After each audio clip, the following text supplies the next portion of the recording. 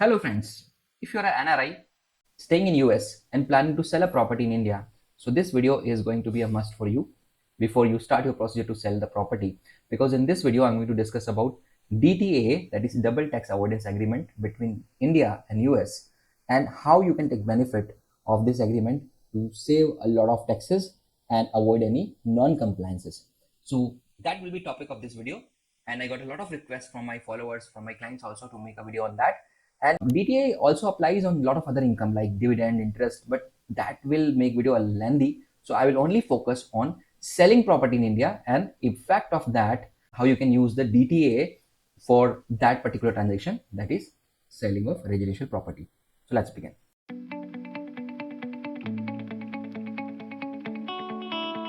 So in this video, friends, I will start with basics of DTA, and then I will talk about specific conditions or cases which you can face when you're selling a property and how DTA can help you to like negotiate or avoid paying taxes in both the country, right? So generally, if I start the basics of DTA, why DTA has arises, I will not get into a lot of detail, but just give you a brief so that you understand how DTA or double tax avoidance agreement works between two countries. What is the basic, you can say, principle or mutual understanding between the country? And if I say that in most of the country, the basic understanding is almost similar.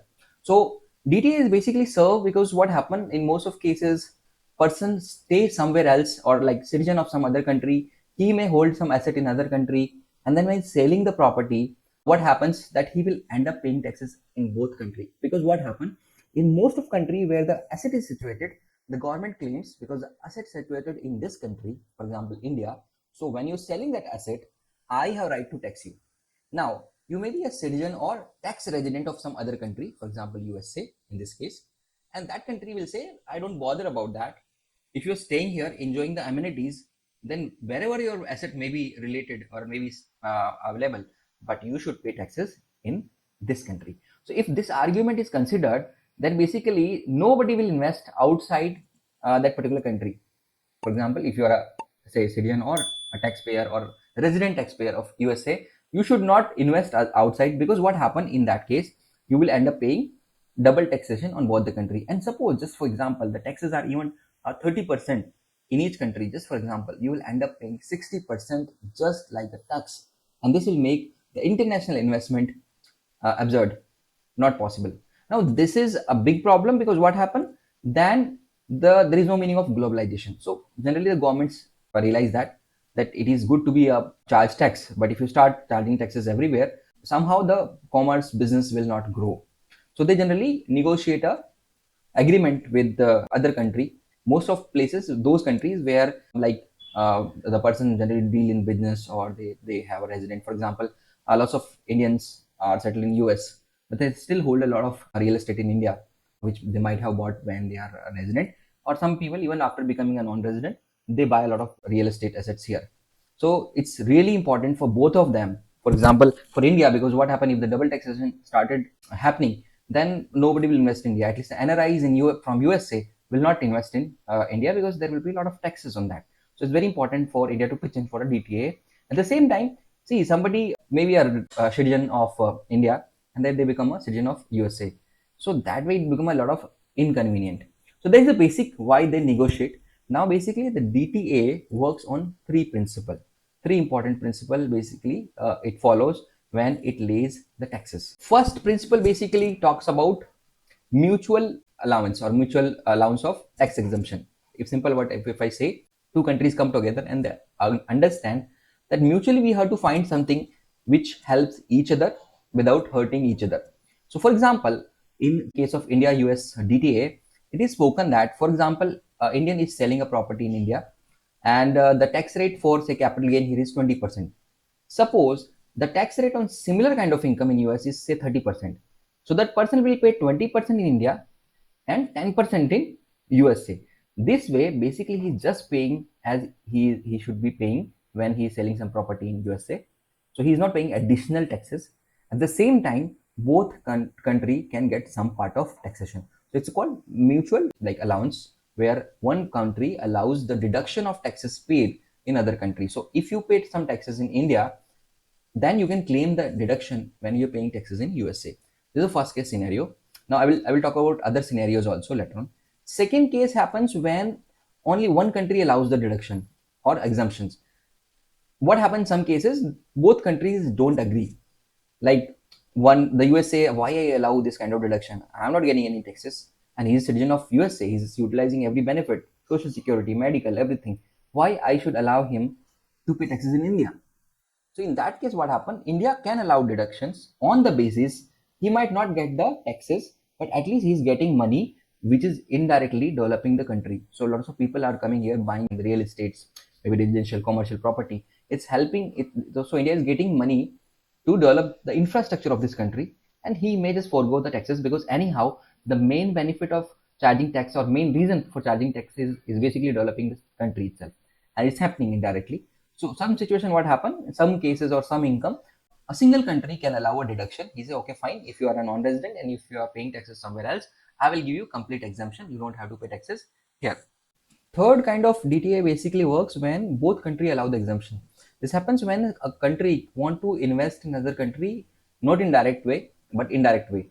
So maybe some projects or some areas where a target country is basically supporting their citizen or their taxpayers to invest so that they can get some kind of benefit. And instead of putting government's direct money, they can put money through their citizens or through their taxpayers. So that is the three way generally the DTA is allowed. First is a way where the exemption is provided by both the country. Maybe it's to the level they are paying taxes in other country. Second way is where one country allows, other country charges. Third way may possible both country allows the deduction on particular investment. Now, if you talk about India and US, generally it works on the basis of both country allow a kind of deduction. For example, an Indian citizen who is working for a US company, he's get a say salary or maybe professional income, and he's paying some taxes in US. The government of India can allow deduction of that money when he's filing return in India. Same case happen when a US citizen or US taxpayer sell a property in India for in case of NRIs.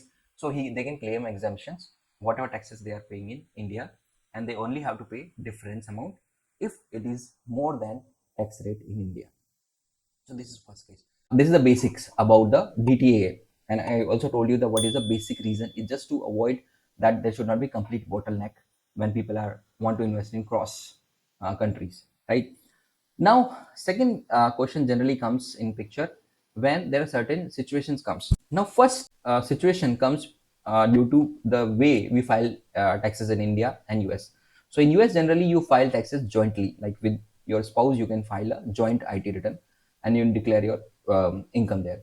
While in India, husband and wife both has to file their taxes separately.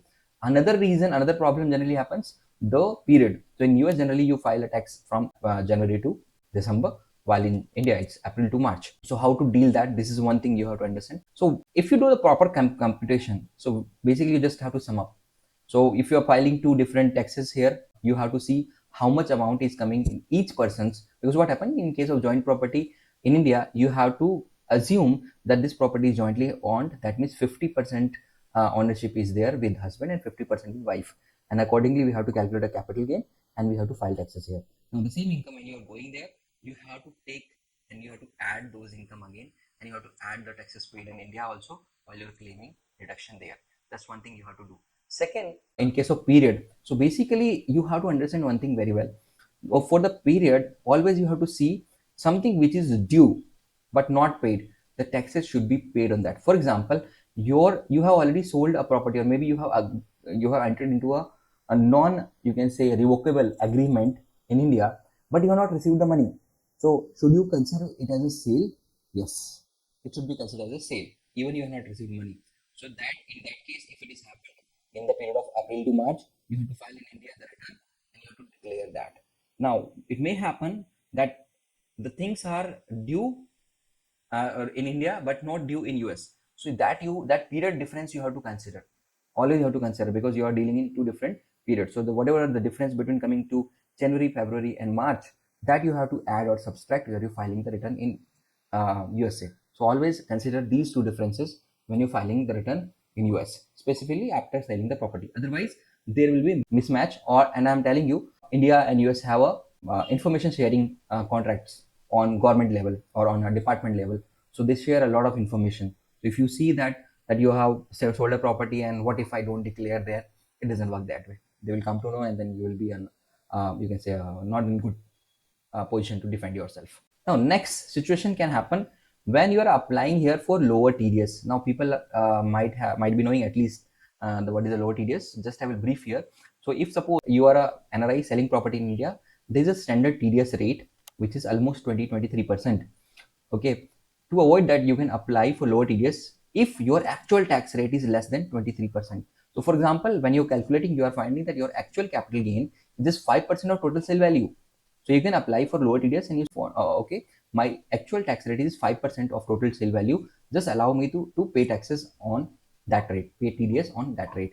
So what happened in some cases, suppose you're selling a property on loss. It's possible you may enter into some wrong deal and property has not appreciated over the period, or after providing the indexation, actually it is a loss. So in that case, you can basically apply for a zero TDS also. So basically, you are not paying any taxes. What happen when you take these kind of money in US? You have not paid any taxes. That means, suppose if there is a tax rate of 30% on capital gain, you will end up paying 30% taxes there.